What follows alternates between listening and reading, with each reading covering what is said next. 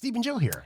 Howdy. Welcome to the Land Academy Show, entertaining land investment talk. I'm Steve and Jack Butala. And I'm Jill DeWitt, broadcasting from sunny Southern California. Today, Jill and I talk about a start to finish land deal, and we'll review it every little step of the way for you. I've got numbers, good Jill stuff. diligently did a tremendous amount of calculation and note-taking prior to the show, unlike most shows. What are you talking about? I do, and here's from the other day. I do. Before we get into the topic, let's take Picking a on me. question posted by one of our members on the landinvestors.com online community. It's free. Where are your notes, Stephen? I don't see any notes on your side of the desk here, so just gotta say. You know, I've never been a note taker. People in school. You leave it. You know what it is? It's me. Jill, will you write that down? Just kidding. No. I've kidding. never treated you like I a know. secretary I ever. know. You've I been know. my partner in this from day one. I know. Thank you very much. Okay. This question's a little long, I have to tell you. Thank you. I will be ready. Dustin asks, hi, Stephen and Jill. Our membership to RealQuest Pro through Land Academy offers us an enormous amount of helpful data when pulling lists. Thank you, by the way, for this. When pulling a list under custom search, we always pick property detail on the left-hand side under report selection. I've noticed there's also another selection under report selection called homeowner association. I would personally love to have HOA, POA data when downloading my list. I prefer not to buy rural vacant land located in HOAs and POAs. Currently, the only way to figure out the HOA status with each property is to see if there is a subdivision listed when we download the list and then Google it in hopes of finding a web page or some other source indicating it is an HOA. Or we can ask the seller or the county assessor or the recorder.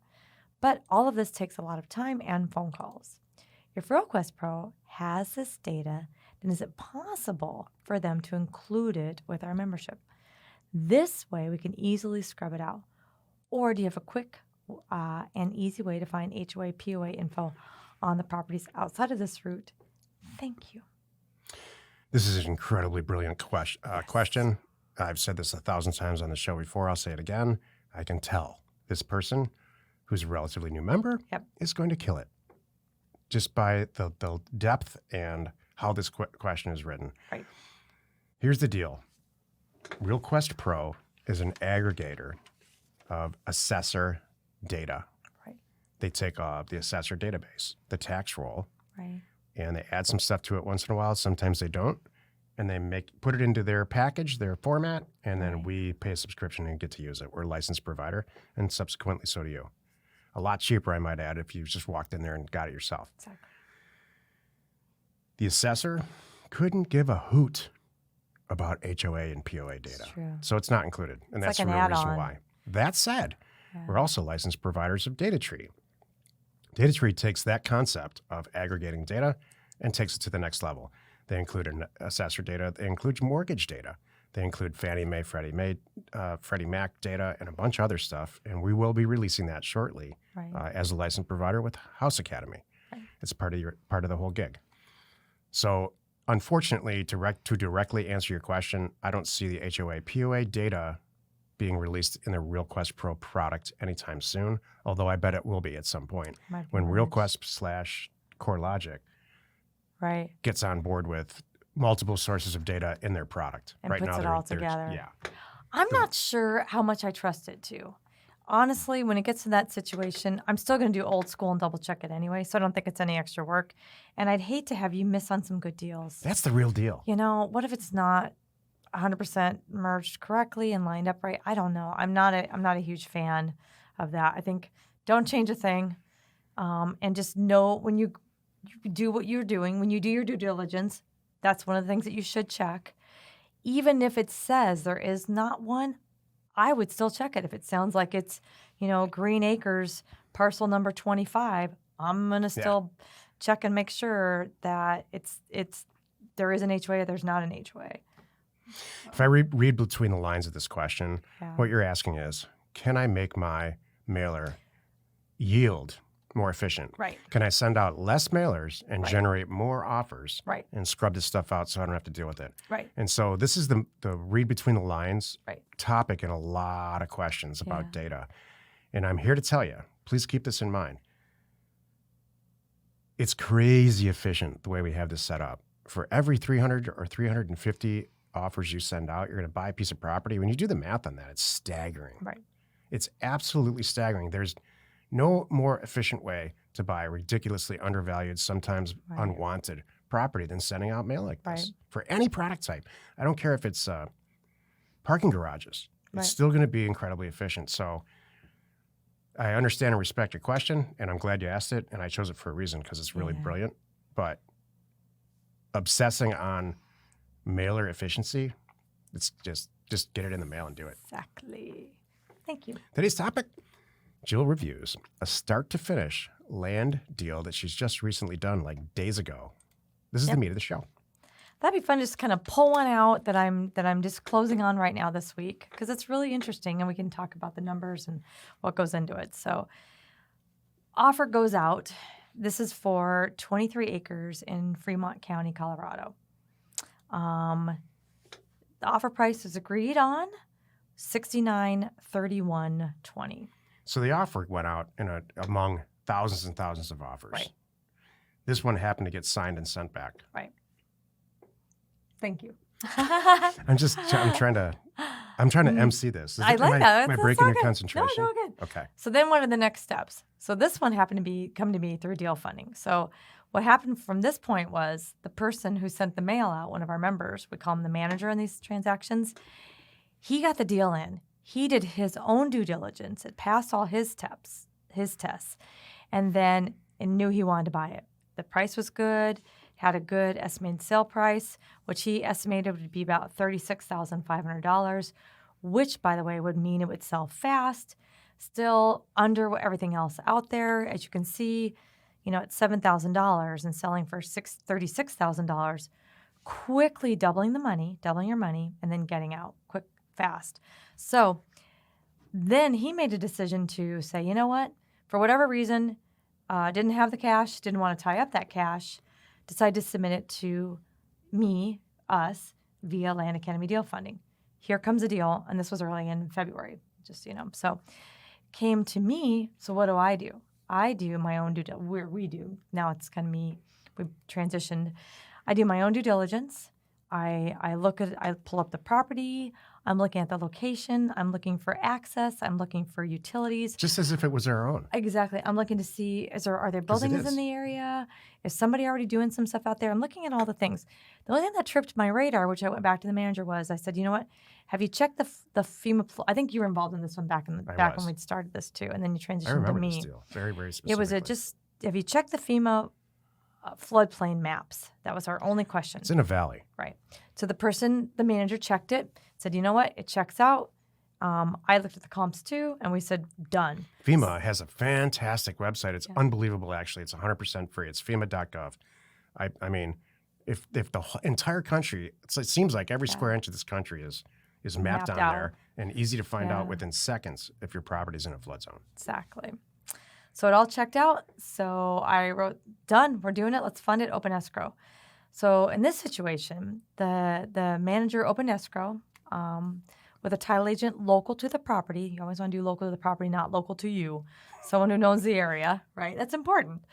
Open escrow, and we closed on it on February 13th.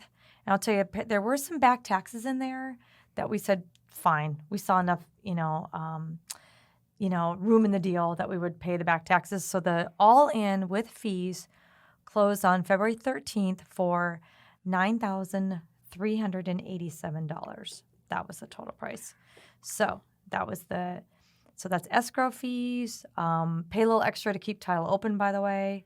A hold open fee, title insurance included, paying the back taxes, so we're all caught up, and then the agreed upon price of $69.31 went to the seller. Done. Just now on March 29th, our manager, they market the property. I'm just the bank in this situation.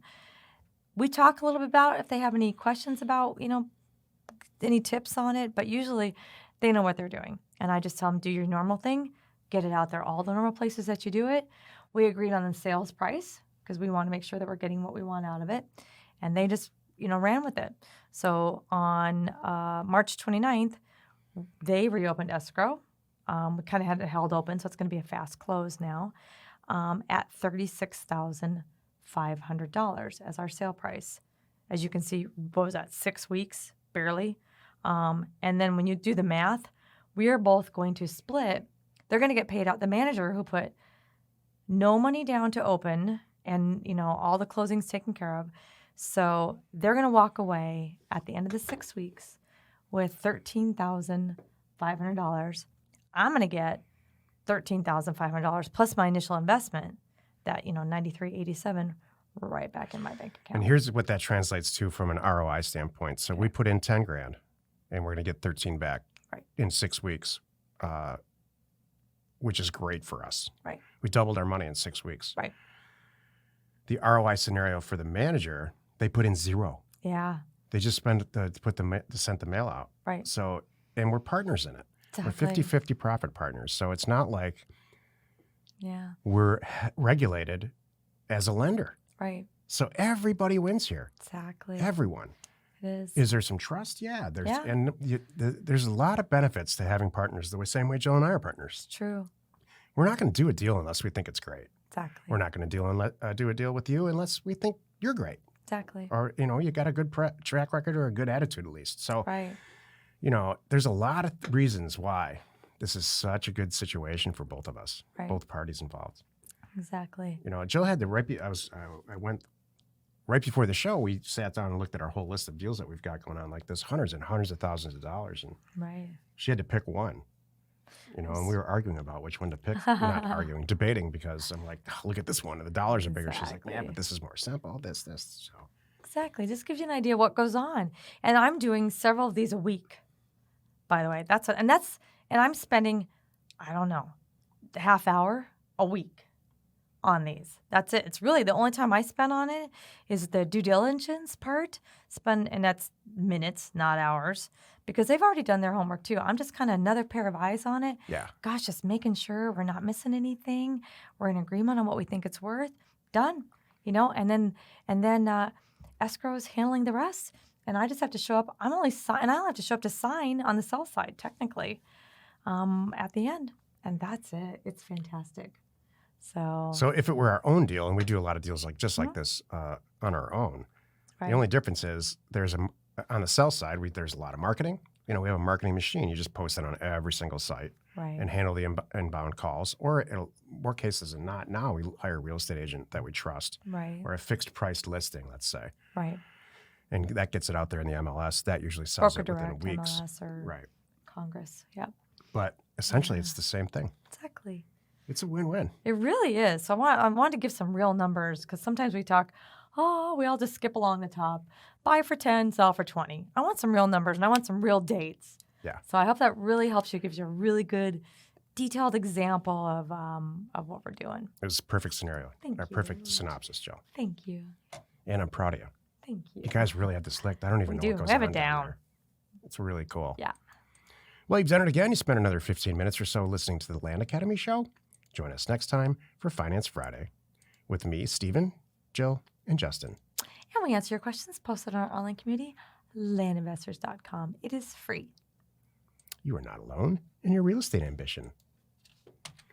I am proud of you, man. That's just amazing. You guys are just machines down there. Thank you. I like it. Please don't look at our spreadsheet very much, because it's more fun when you look at it like days go by and you look at, and then there's stuff happening. It's just staggering. Like more things are happening. It's really more fun. So it's got some traction now. We started this on January 1st of 2019. I love it. It's staggering. Favorite job of all the jobs and all the hats that I wear. That's great. This one's my favorite. That's great. It really is. I'm a natural deal maker, but the data part of deal making is more fun for me. I love that. And that's great for me too. Wherever you're watching or wherever you are listening, please subscribe and rate us there. We are Steve and Jill. Information and inspiration to buy undervalued property.